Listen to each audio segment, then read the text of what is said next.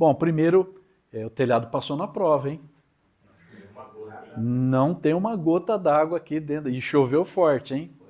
Parabéns aos engenheiros, construtores aí, os peão de obra, os mestres de obra, né? Tinha de tudo aqui, né? Arquiteto, né? Nossa, tinha de tudo aqui. Então, muito obrigado. Então, boa noite a todos, esperando que todos estejam bem. Vamos dar continuidade aqui no nosso bate-papo, né? É um bate-papo onde a gente vai estudar um pouquinho mais da doutrina espírita, tá? A doutrina ditada pela espiritualidade superior e codificada, organizada por Allan Kardec, tá bom? Vamos lá então? Então vamos lá. Bom, reflexão da noite. Na semana passada, nós falamos sobre o Evangelho no Lar, né? Que é uma ferramenta poderosa para a gente melhorar as energias do nosso lar. É uma ferramenta espiritual muito forte para a gente iluminar, proteger nossa casa e melhorarmos a nós mesmos, tá? E a gente sempre fala do orai e do vigiai, né? Então eu fui lá no Evangelho segundo o Espiritismo e eu vou falar um pouquinho de um trechinho do Evangelho sobre a prece, o que é a prece. Então a gente fala de prece, fala de oração, fala de um monte de coisa. Vamos ver um trechinho para a gente entender um pouquinho desse negócio de prece. Bom, a prece é uma invocação. Invocação, ou seja, estamos invocando algo, estamos pedindo algo, estamos clamando algo. É diferente da evocação, que a evocação diz respeito à chamada de uma pessoa, né? A invocação, na verdade, é um pedido, mediante a qual o homem entra pelo pensamento. Vivemos num mundo extremamente material. Não conseguimos ter noção da força que tem o nosso pensamento. Por quê? Porque por mais que a gente fale, por mais que a doutrina fale para a gente não vê acontecer nada, na verdade. Eu penso e nada se acontece. Mas o efeito que o nosso pensamento tem no fluido cósmico universal, nas energias vibratórias e no plano espiritual é muito concreto, pessoal. Tenham isso sempre em mente.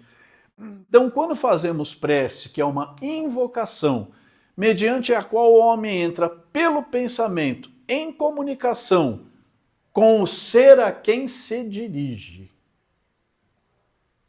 Muito cuidado nesse trecho. Qual é o ser ao qual você está se dirigindo na sua prece? Deus. Deus. Tem mais alguém? Jesus. Tem mais alguém?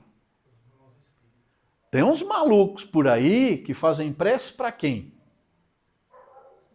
Para outras entidades. Entidades muitas vezes perversas, onde a pessoa não tem muita noção de quem ela está lidando. Veja, pensamento é energia. Pensamento tem efetividade. Então veja o que fala. A prece é uma invocação mediante o homem pelo pensamento em comunicação com o ser a quem se dirige. Podemos fazer uma prece para um parente nosso desencarnado? Podemos. Podemos fazer prece para um santo? Podemos. Podemos. Não importa. Ok? Bom. Pode ter por objeto um pedido, um agradecimento ou uma glorificação. Normalmente, pessoal, na prece a gente acaba pedindo, né? Normalmente a gente pede alguma coisa. Pede ajuda, pede auxílio, pede saúde, pede dinheiro, pede o quê? Pede o amor de volta em 3 dias, né? Pede de tudo. Normalmente a gente pede. Mas o Evangelho nos ensina que pode ser simplesmente uma obrigado, Deus. Hoje o dia foi perfeito. Obrigado. Quantos de nós lembram de fazer isso? Né? Opa. Podemos orar por nós mesmos ou por outrem, pelos vivos ou pelos mortos. Não há problema nisso. Então pedimos Podemos pedir por nós, podemos pedir pelos outros, por vivos, por mortos. Não é? O que fizemos aqui no início do trabalho? Pedimos a vocês que pedissem cada um por si. Ok? Porque é um momento para isso, é uma ocasião para isso. Falamos que no Evangelho do Lar, na prece final, podemos pedir por quem? Qualquer pessoa, amigo, inimigo, quem está perto, quem está longe, parente vivo, parente morto. E a prece é isso mesmo. Aqui vem os dois trechos interessantes da boa prece. As preces feitas, como disse a Celinha, a Deus, escutam-nas os espíritos incumbidos da execução de suas vontades. Pessoal, na doutrina espírita, um pouco diferente de outras religiões, né, nós aprendemos que há uma hierarquia muito grande de espíritos. Há espíritos dos mais variados graus de evolução, ok? Mas existe um grupo de espíritos, né, os espíritos que nós dizemos como superiores, que são os transmissores e os executores das ordens de quem? De Deus. Jesus é um deles. Muito mais do que isso, ele é o governador do planeta. Mas quantas vezes no Evangelho de Jesus, Jesus se refere ao quê? Não sou eu que quero. Quem quer é a vontade de meu Pai. Se você quiser, meu Pai vai te curar. Não é verdade? Porque ele se coloca nessa posição de ser um transmissor e um executor da vontade de Deus, que é uma entidade muito acima, muito superior a nós, incompreensível a nós, na verdade. Para isso, Deus se usa dessa pleiade, nesse grupo muito grande de espíritos de todos os escalões e de todos os níveis. Mas, ô Paulo, um espírito inferior pode ser um executor da palavra de Deus? Da vontade de Deus? Perfeitamente. Perfeitamente. Pode não ser? Também pode não ser. Porque ele ainda é imperfeito. Legal? As preces que se dirigem aos bons espíritos são reportadas a Deus. E as preces que não são dirigidas aos bons espíritos? E aí? Pessoal, entendamos uma coisa, né? Como sempre falamos, quem são os espíritos? As almas dos homens que viveram na Terra. Um espírito que está na erraticidade, que ainda muito imperfeito, muito ligado à matéria, não compreendeu ainda a sua situação espiritual, muitas vezes. Não entendeu ainda o que são as leis morais. Se você orar e pedir alguma coisa para esse espírito não bom, o que ele vai fazer? Ele vai te enganar. Ele pode te enganar. E falar, fica tranquilo, irmão. O que é ganhar na Mega Sena? Em 10 dias você vai ter uma surpresa. E é o que mais acontece. Espíritos que a gente chama de levianos, zombeteiros, não são espíritos maldosos, mas ainda são espíritos muito irresponsáveis. E podem fazer isso com a gente? Podem. Por que podem? Porque têm livre arbítrio. E ainda são imperfeitos, não entenderam o que está acontecendo. Né? Nós trabalhamos nessa casa, às vezes no socorro, de espíritos que estão há 100, 200, 300 anos em perturbação. Se ele está há 300, 400 anos em perturbação, ele está fazendo o quê? Ele está bagunçando, ele está se utilizando de meios que não são bons, né? Então, por isso que ele coloca aqui, ó, que as preces dirigidas aos bons espíritos, essas são reportadas a Deus. Deu para entender isso? Aí as ruins. Como? E os pedidos ruins? Não são reportados a Deus. Param por ali. Né? Cremos num espírito pseudo-sábio, né? Zombeteiro, brincalhão, simplesmente para se divertir. É o que a gente vê acontecer, pessoal, com algumas mediunidades não cristãs e não seguindo o evangelho. Né? Leituras de sorte, é uma mediunidade, mas qual é o espírito que revela um futuro, se o futuro somente a Deus pertence? Qual é a natureza desse espírito? É um espírito leviano, ainda imperfeito. Pode acertar? Pode, mas pode errar e erra muito. Não é? Se bons espíritos não revelam futuro, porque o futuro somente a Deus pertence, e outra, como é que eu posso falar o futuro de uma pessoa se a pessoa tem um livre-arbítrio e pode mudar tudo daqui meia hora? Nossa, mas acertou tudo! É muita sugestão também, né? A gente quer acreditar que a pessoa está acertando tudo. Né? Sempre brinco, né? Pede os números da Mega Sena, já que acerta tudo. Né? Pede a fórmula da cura do câncer, não acerta tudo.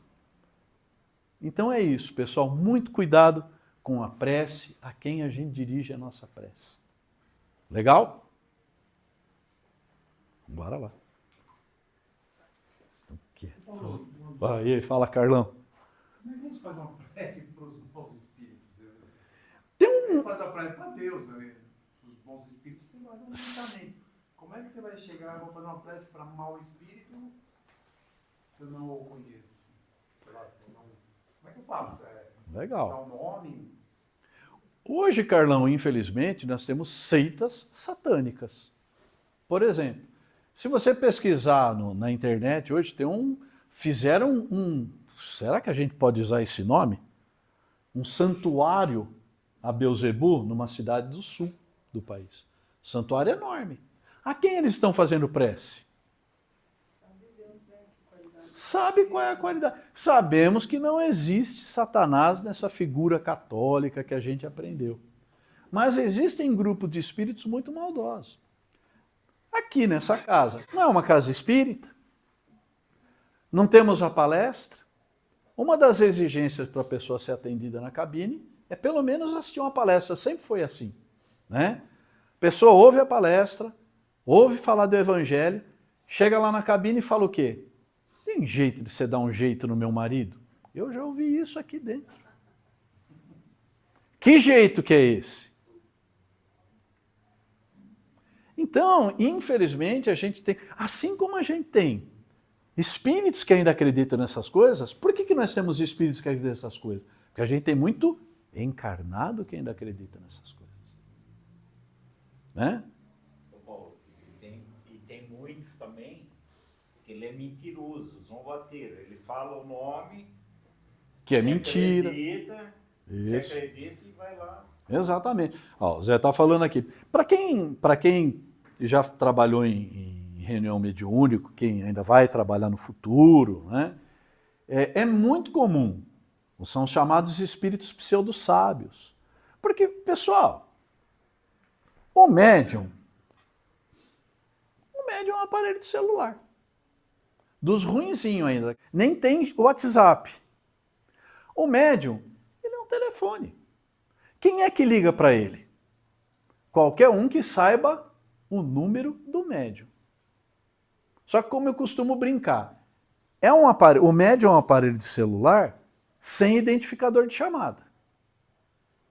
Você nunca tem certeza de quem está ligando. Então muitas casas espíritas, né, o próprio Kardec, quando escreveu o livro dos médiuns, nas experiências, Se apresenta um espírito para o trabalho mediúnico. Irmão, poderia falar seu nome? Sim, eu sou o Bezerra de Menezes.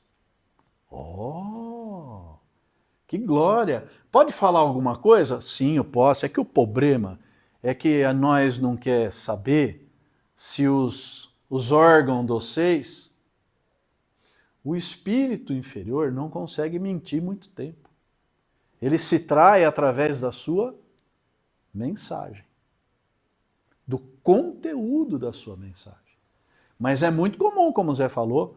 Quem está falando aí? Eu sou Maria Madalena.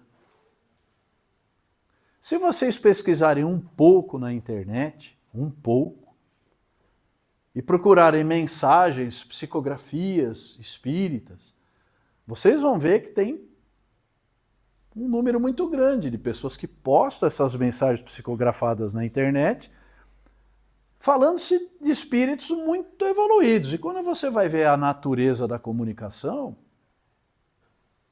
e é isso que o Kardec nos recomenda sempre. Verificar a qualidade dos espíritos e ver se eles são de Deus. Beleza?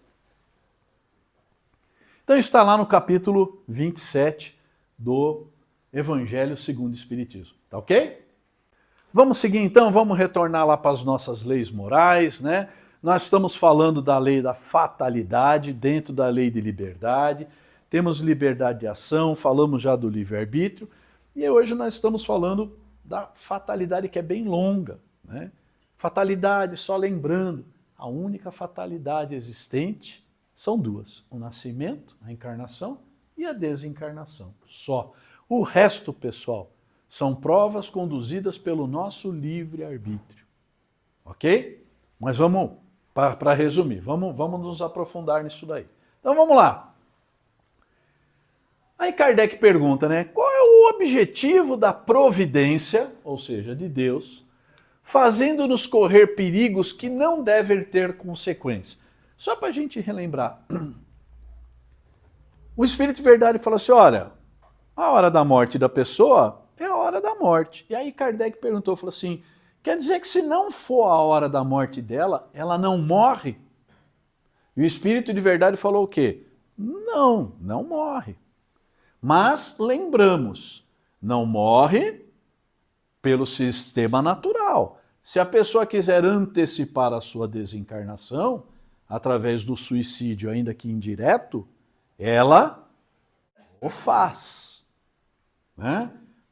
Se a pessoa se atirar de um prédio de 30 andares, falar assim, hoje não é o meu dia de morrer, ele vai sobreviver? Não vai. Por quê? Porque todas as leis de Deus, todas as leis morais, elas estão entrelaçadas com as leis da física, da matemática, da química, as leis morais. Ok? Então, se a pessoa arremessar seu corpo de 20, vai acontecer. E nós vamos ver isso um pouquinho para frente. Por isso que ele pergunta, então, por que a gente corre esses perigos aí se não vai ter consequência? A questão 855. Vamos lá ver qual é a resposta do Espírito de Verdade, né? Quando a tua vida é posta em perigo, trata-se de um aviso que tu mesmo desejaste, a fim de te desviares do mal e te tornares melhor. Então veja, o que o Espírito de Verdade fala? Nós temos um dia determinado da nossa desencarnação. Quem é que sabe disso? Quem é que sabe disso? Nosso mentor sabe? Emmanuel sabe? Chico Xavier sabe? Somente Deus sabe a data e o motivo e como vai ocorrer a nossa desencarnação. Ok? Beleza? Mas aí ele fala, então por que a gente corre esse monte de perigo se a gente não vai morrer? São as tais das provas, são as tais das expiações. Ele fala que é um aviso que você mesmo pediu, a fim de te desviares do mal e te tornares melhor. Tem mania de correr. Aí eu gosto de correr, eu sou vida louca, eu sento no carro, eu vou a 140 mesmo, na Avenida São Carlos. Providência divina providencia o quê? Um leve acidente. onde você se machuque, às vezes até se machuque com sequelas, com o objetivo de quê? De você aprender que isso é uma forma de suicídio indireto. Estava eu ouvindo uma palestra da Maíse, né?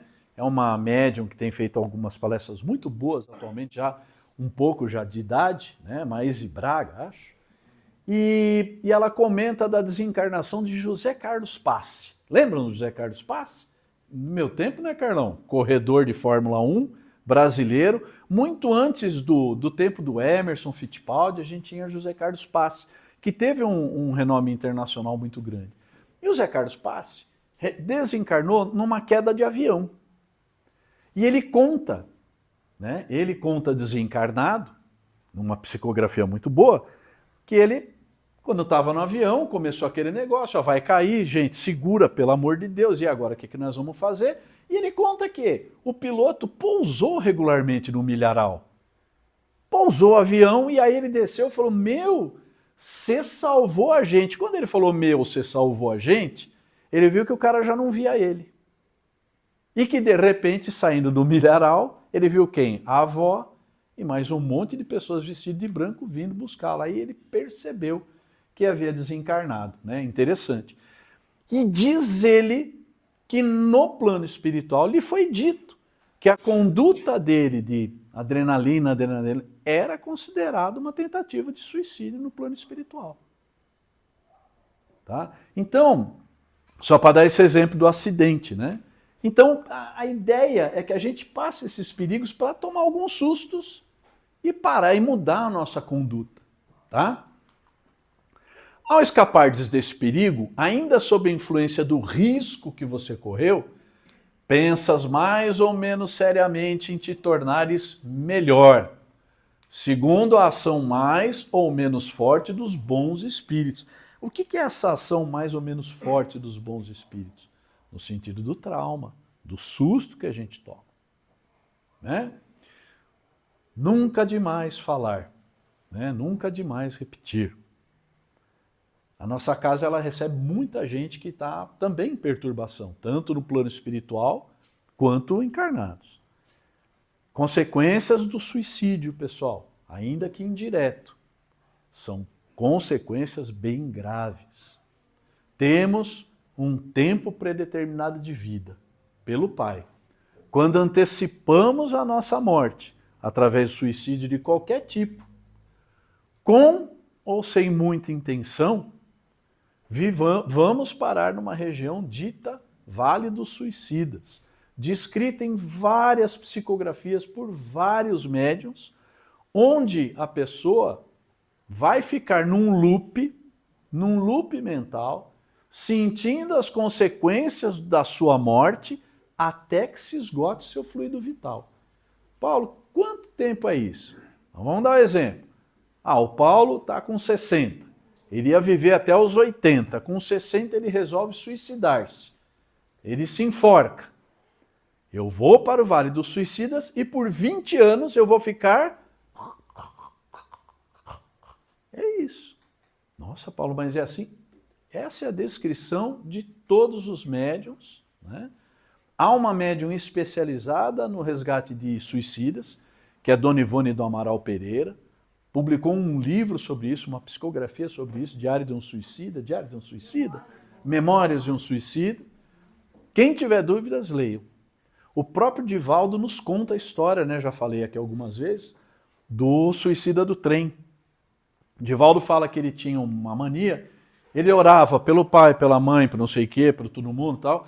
Quando não tinha mais para quem ele orar de noite, ele pegava o jornal da cidade, abria o obituário e começava a orar por aquelas pessoas.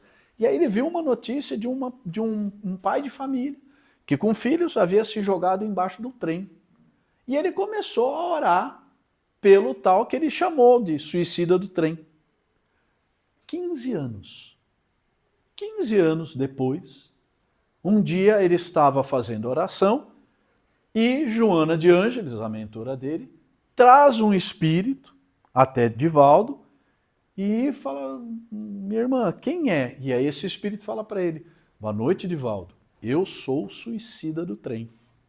E eu vim aqui para dizer para você que durante 15 anos eu fiquei no Vale dos Suicidas, sentindo as rodas do trem passando sobre o meu corpo, e a única oração que chegava para mim que me dava algum alento era a sua. Por isso eu vim aqui lhe agradecer. Tá bom para vocês? Então, sempre bom lembrar do que é o suicídio, né? O mau espírito sobrevindo, digo mal, subentendendo o mal que nele ainda existe. Por que ele faz essa... Pessoal, não cremos em nenhum espírito criado ou dedicado ao mal eterno. Já dissemos isso. O teu inimigo obsessor de hoje é teu espírito protetor de amanhã e vice-versa. Ok? Deus não criou espíritos destinados a serem maus. Deus não criou uma região infernal para os seus filhos penarem, sofrerem. Somos nós que criamos as regiões umbralinas. Ok? Por isso que ele fala, digo mal, subentendendo o mal que nele ainda existe. Ainda. Porque não vai mais existir em breve. Pensas que escaparás também de outros perigos e deixa as tuas paixões se desencadearem de novo. O que ele está falando aqui? Para quem que a gente dá ouvido? Para quem que a gente dá ouvido? Para os bons espíritos? Para os maus espíritos? Então você passa uma situação apertada para você aprender. Né? Bebe demais, nessa ingestão de bebida demais você acaba se acidentando porque você estava sem consciência, toma aquele baita susto. Esse é o trabalho dos bons espíritos. Agora acho que ele vai parar de beber bem, né? Quando a gente está bom, vem o mau espírito, aquele que a gente dá espaço e fala assim, tá vendo como não dá nada? Pode beber que não é assim que tu vai morrer. O que a gente faz? Vai lá e bebe de novo. É disso que ele está falando aqui, ó. O mau espírito sobrevindo depois dessa prova, você pensa que escapará também de outros perigos e deixa as tuas paixões se desencadearem de novo. Ou seja, a gente é difícil de aprender. Difícil de aprender. Mesmo quando o problema surge na nossa frente. Através dos perigos que correis, Deus vos lembra a vossa fraqueza e a fragilidade da vossa existência. Fala, cara, você não é o super-homem, você não é a super-mulher. Pode advir consequências graves do seu engano. É disso que ele está falando, né? Se examinarmos a causa e a natureza do perigo, veremos que, em geral, as consequências terão sido a punição de uma falta cometida ou de um dever negligenciado. Pessoal, fiz questão de frisar isso aqui. Olha, a doutrina, cada palavra colocada, cada linha escrita, foi ditada pela espiritualidade superior. Ela tem uma razão de ser. E ela se encaixa em toda a doutrina. É impressionante.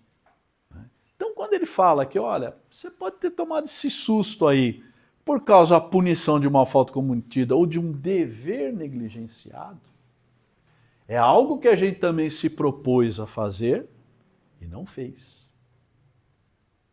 E aí a gente sofre uma consequência. Ok? Tudo bem?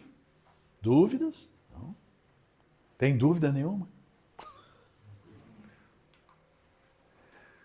Deus vos adverte dessa forma para cairdes em vós e vos emendardes.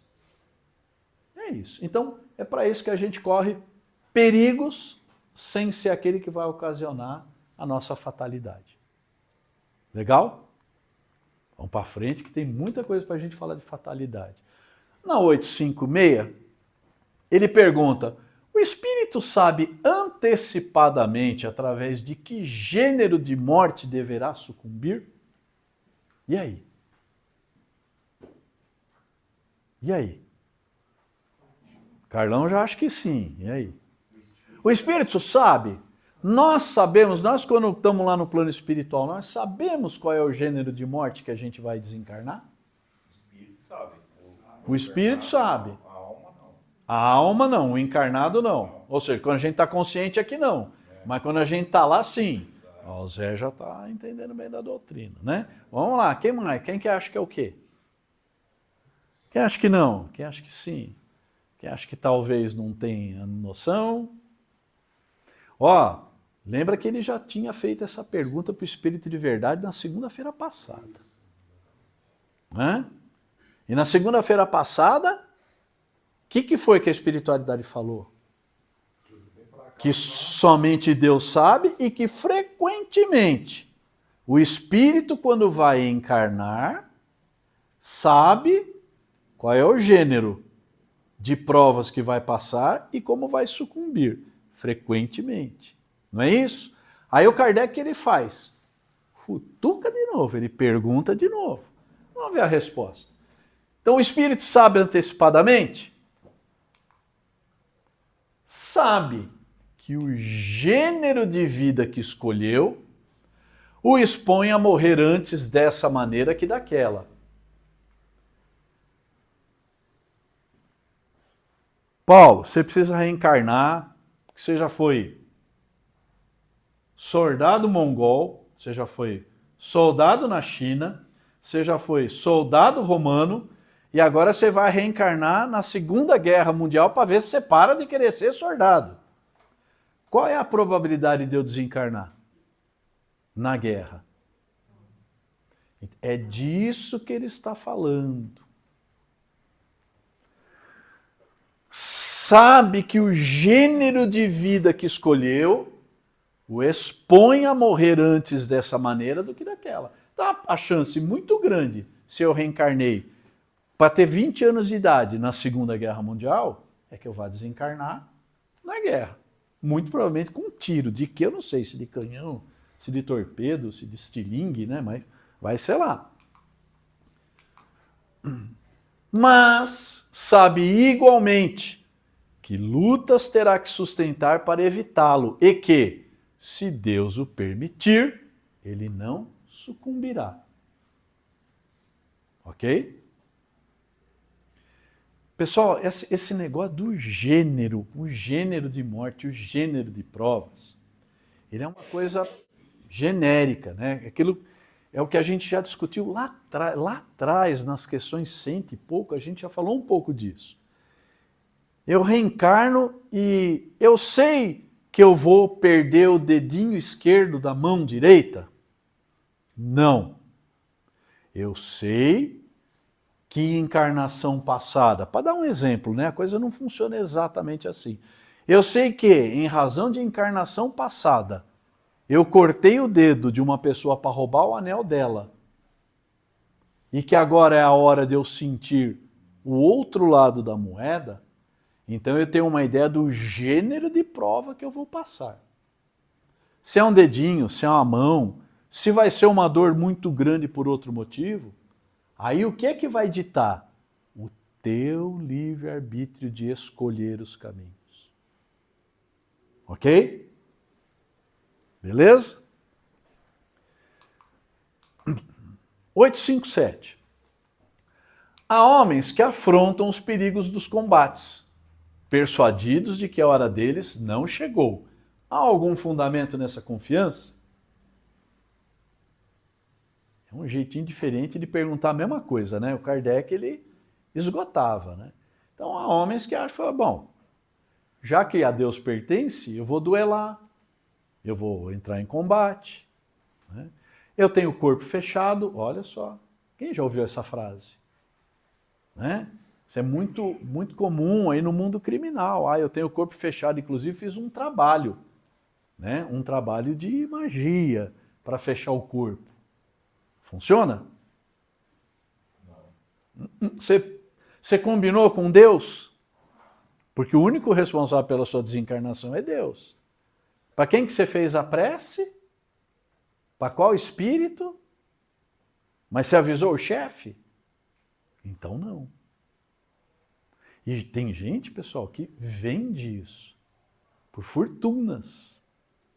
Fortunas, vende esses trabalhos de magia, né? Persuadido que a horas dele há algum fundamento nessa confiança? Com muita frequência, o homem tem o pressentimento do seu fim, como pode ter o de que ainda não morrerá. Como lá atrás ele falou que a gente tem um conhecimento genérico, mais ou menos, de como vamos desencarnar, temos então um pressentimento do momento se vai ou se não vai. E o que ele está falando aqui é que da mesma forma, você tem um pressentimento que aquela ali não é a hora, tá? Mas, vamos lá. Esse pressentimento lhe vem dos seus espíritos protetores, que querem adverti-lo para que esteja pronto para partir, ou que fortalecem sua coragem nos momentos em que dela mais necessita. Tem alguma dúvida? Está dando para entender? Pessoal, pergunte do jeito que o Kardec pergunta. A desencarnação a Deus pertence. Ah, mas eu acho que, você acha que são bons espíritos para te ajudar nas provas. Ah, mas aconteceram um monte de problemas comigo para te fortalecer e para te transformar. Está entendendo? A lei é inexorável da encarnação e da desencarnação, ou seja, ela não cede, ela não se quebra. Ela só vai se quebrar se você antecipar sua desencarnação. Porque aí está em jogo uma outra lei, livre-arbítrio. Ah, mas eu usei errado. Eu vi um amigo outro dia que falou uma coisa interessante, né? Livre-arbítrio tinha que ser igual cartão de crédito. Errou a senha 3 vezes, cancela. Né? Para a gente não errar mais. Mas infelizmente não é assim. Pode vir-lhe ainda da intuição que tem da existência que escolheu, ou da missão que aceitou e que sabe que tem que cumprir. Do que ele está falando aqui? Pessoal, para quem não conhece a doutrina, quando vamos encarnar, acredite se quiser, sabe essa vida que você está levando? Foi você que escolheu. Alguns de nós não poderia escolher, porque não temos a evolução suficiente. Mas, no mínimo, concordamos. Né? A gente vê o pessoal também brincando aí, falou, a hora que eu chegar lá no plano espiritual, eu quero ver onde foi que eu assinei para ter essa vida que eu tive. Né? Eu quero conversar com o meu mentor e falar, me mostra onde foi que eu concordei com tudo. Mas quando chegamos no plano espiritual, pessoal, e vemos as provas que passamos, chegamos felizes. As coisas da terra não têm importância. O que é da matéria, fica na matéria. Quando lá chegamos e vemos todas as vitórias, todas as dificuldades e quanto isso engrandeceu o nosso espírito, é só alegria. Ok? Então é essa combinação que a gente tem uma noção. Nós sabemos. E não podemos escapar dela. Né? A gente sabe o que a gente tem que, o que a gente precisa para evoluir. E o que o Zé falou aqui de espírito e de alma, vou dar uma explicada melhor. Quando estamos aqui mergulhados na carne, é como o celular dentro de uma lata de chumbo. Funciona? Ele perde todas as suas capacidades. O nosso espírito, quando é alma, quando está encarnado, ele perde muito das suas capacidades de percepção, de entendimento, de raciocínio. Caímos no manto do esquecimento. Mas quando a gente dorme, hoje, Paulo, hoje quando vocês chegarem em casa, deitarem, fecharem os olhos, dormirem, o espírito se emancipa. Ele se liberta durante a noite do nosso corpo e vai aonde? Vai viver experiências no plano espiritual. Onde? Onde o teu coração mandar. O que é que teu coração está cheio? Pessoas que têm terror noturno. Crianças hoje que sofrem de terror noturno. São lembranças espirituais, pessoal. Oração. São espíritos que têm, né? Não vou entrar muito nesse assunto, senão a gente vai muito longe. A gente pode tratar disso um outro dia, mas os problemas das obsessões que vão de encarnação em encarnação em encarnação. Verdadeiras lutas centenárias entre espíritos, tá? Tudo bem aí? Vamos lá. 858. Por que será que aqueles que pressentem sua morte geralmente a temem menos do que os outros? Vocês já ouviram isso? Vocês já tiveram com pessoas prestes a desencarnar?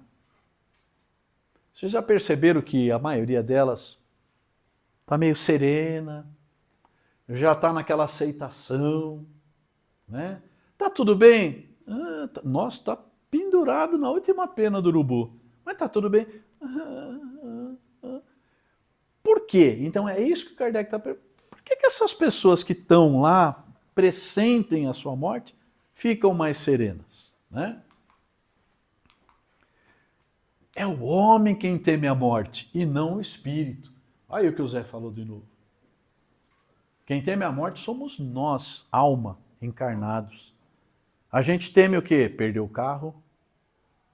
A gente teme perder o dinheiro. A casa. A namorada. O trabalho. Gente, uma vez socorremos aqui numa sessão de desobsessão uma pessoa que eu lembro até hoje, né? O espírito se manifestou no trabalho, sendo socorrido, e chegou dando risada. Vocês estão de parabéns. Hoje vocês capricharam. Caprichou o quê, irmão? Não, vocês estão de parabéns. Esse trote foi campeão. Cadê o Carlos? Cadê o Antônio?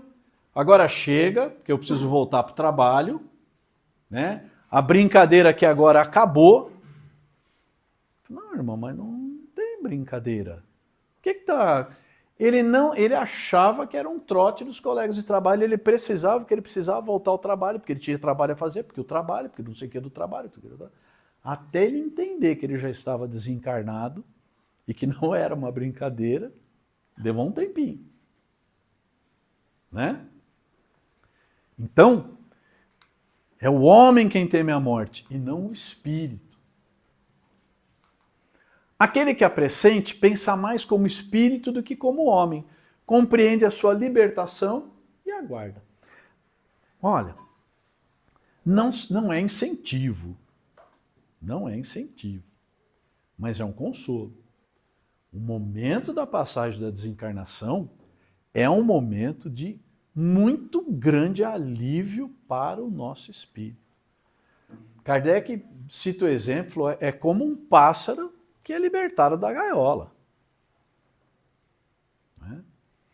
A maioria das psicografias, das psicofonias, de pessoas que desencarnam, primeiro, não tem lembrança do momento da passagem. Do acidente em si, da dor do infarte, do não sei o que, não tem.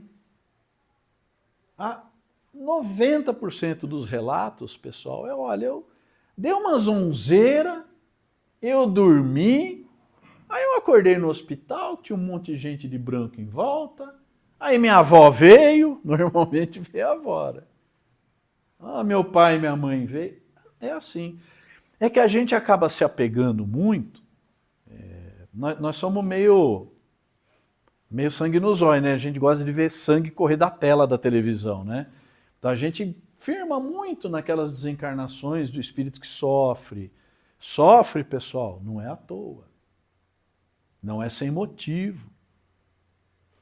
Ninguém é um filho não querido de Deus. Sofre consequências dos seus atos. Mas 90% das passagens são passagens muito boas. Para quem tiver dúvida, nós temos uma das obras básicas do Espiritismo, O Céu e o Inferno.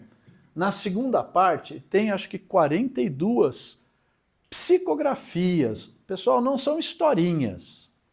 São estudos de Allan Kardec, são descrições comprovadas de espíritos e dividido em 3 tipos. Aqueles que desencarnaram mal, aqueles que desencarnaram mal menos e aqueles que desencarnaram muito bem. Para a gente ter uma ideia. Pegue o livro Céu e Inferno na segunda parte, dê uma lida lá. Tem de tudo um pouco. De tudo um pouco. Tá bom? Vamos seguindo. Então, aquele que pressente pensa mais como espírito que como homem, compreende a sua libertação e aguarda. É por isso que fica mais de boa. Se a morte, quando tem que acontecer, não pode ser evitada, o mesmo se dá com todos os acidentes que nos sobrevêm no decorrer da vida?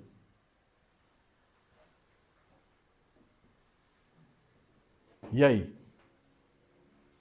Deu para entender? A morte a gente sabe que tem que acontecer, não pode ser evitada. Todo mundo que está aqui, absolutamente todo mundo aqui, um dia vai desencarnar. Todos nós vamos passar por essa experiência. E olha, pessoal, já passamos por várias vezes por essa experiência. E vamos passar de novo. E de novo, e de novo, e de novo. O que ele está perguntando é se o mesmo se dá com os acidentes no decorrer da vida. Todos esses acidentes que ele falou lá atrás, para a gente se melhorar, também não podem ser evitados? Essa foi uma pergunta, acho que a Paty fez na semana passada. O que vocês acham? Somos predestinados a passar por todos esses acidentes? E aí? Não. Não. Por que não? Porque temos livre-arbítrio. Somos filhos de um Pai soberanamente justo e bom, infinitamente misericordioso. O que é ter misericórdia infinita? Não quer dizer que ele, você está perdoado, está tudo de boa. Tem as leis, causa e consequência. Perdão todo mundo vai ter por qualquer ato. Jesus, me perdoa, matei 8. Te perdoo, filho, mas você vai ter que reparar. Ok? Bom, vocês realmente acham que se você aprender ou corrigir um defeito antes de acontecer uma coisa ruim para aquilo, você vai passar pela coisa ruim? Não. Deus é soberanamente justo e bom. Ele precisa, está meio escrito aí, que ele vai chutar a cadeira com o dedinho para ele aprender a acender a lanterna de noite. A pessoa fala, eu já estou ligado que é melhor acender a lanterna de noite. Deus vai acontecer isso dele chutar o dedinho? Ninguém sofre desnecessariamente. Nenhum de nós vai sofrer desnecessariamente. Ok? No reino do nosso Pai não existe vítima. Tudo bom. No universo que nosso Pai criou tudo, não existe vítima nem injustiçado. Eu não concordo. Vai prestando atenção que você vai ver que não tem. Não tem. Tudo é causa e consequência, pessoal. Frequentemente são coisas bastante insignificantes para delas vos prevenir, e algumas vezes fazer-vos evitá-las, dirigindo o vosso pensamento, pois não nos agrada o sofrimento material. Quem está falando isso para a gente? Espíritos que são os executores da vontade de Deus. Não nos agrada o sofrimento. Alguém aqui gosta de dar um tapinha na mão do filho? Para ele aprender a parar de fazer manha? Mas é preciso? Às vezes é. Dói muito mais na gente do que nele. Mas às vezes é. É disso que ele está falando. Tá? Mas isso é de pouca importância para a vida que escolhestes. Ou seja, todos esses acidentes que nos sobrevêm, essas coisas pequenas, é pouca importância para a vida que a gente escolheu. A fatalidade verdadeiramente consiste apenas no momento que deveis aparecer e desaparecer desse mundo. Ou seja, todo o resto, pessoal, pode ser evitado pela nossa conduta. Ah, mas eu vim aqui com uma necessidade de ter uma expiação muito grande. Se você se corrigiu e reparar o bem de outra forma, não precisa passar por aquilo. Então, podemos evitar o mal na nossa vida? Podemos. Como? Quando? Já. Hoje. Podemos? Podemos. Como? Fazendo o bem. Porque hoje, pessoal, hoje, agora, é que nós estamos construindo o nosso amanhã. Então, se tiver que mudar, mude agora. Não, semana que vem eu começo. Você vai acumular mais um monte de consequências essa semana. Simples assim. Mude já, mude agora. Comece a fazer o bem agora. Né? Vamos para a última. Haverá fatos que devam forçosamente acontecer e que a vontade dos espíritos não possa conjurar? O que é conjurar, pessoal? Afastar, né? E aí? O que vocês acham? Existem fatos que têm que acontecer?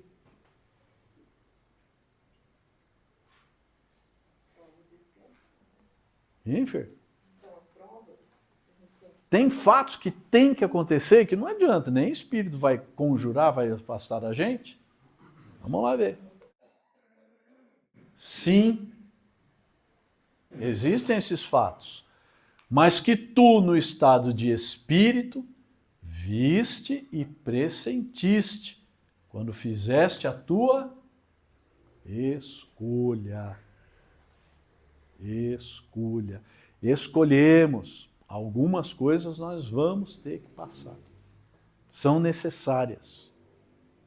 Né? Realmente eu vou ter que reencarnar, eu vou ter que sofrer de um câncer bem agressivo, que vai me depauperar durante muito tempo? Vai, filho. Por quê? Porque é um expurgo da alma. No seu caso, é um expurgo da alma. Né? Vi também uma outra palestra, né, da Maíse, citando um exemplo prático. Um espírita de uma casa lá acabou contraindo, não era fumante, e acabou contraindo um câncer de pulmão muito agressivo, penou, sofreu e desencarnou com aquilo.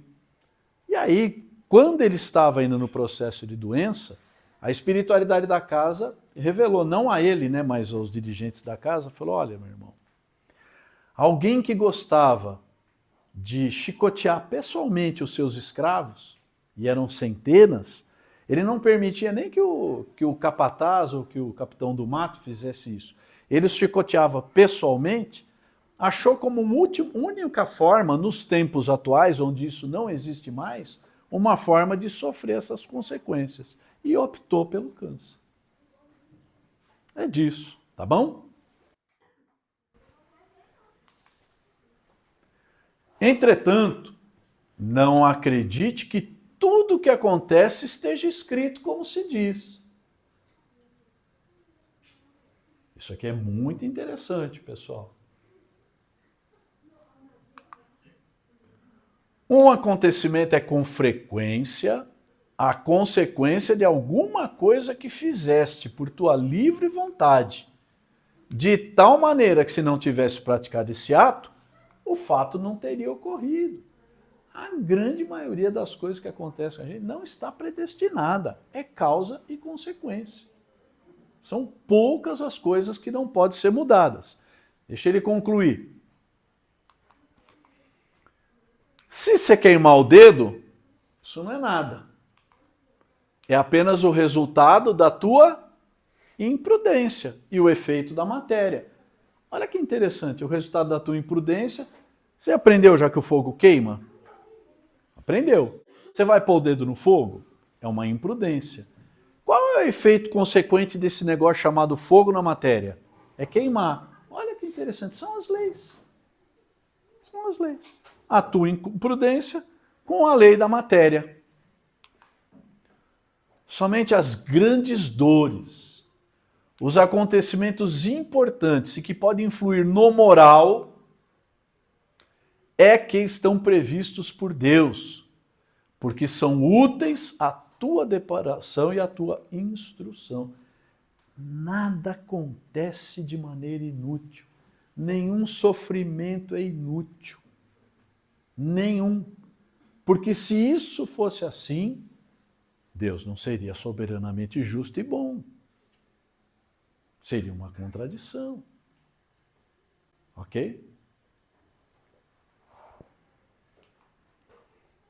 Eu acho que a gente vai parar por aqui, porque a gente já está no horário. Ah, alguém tem alguma dúvida, pessoal? Não? Tá tudo certo? Então tá bom. Muito obrigado, uma boa noite a todos.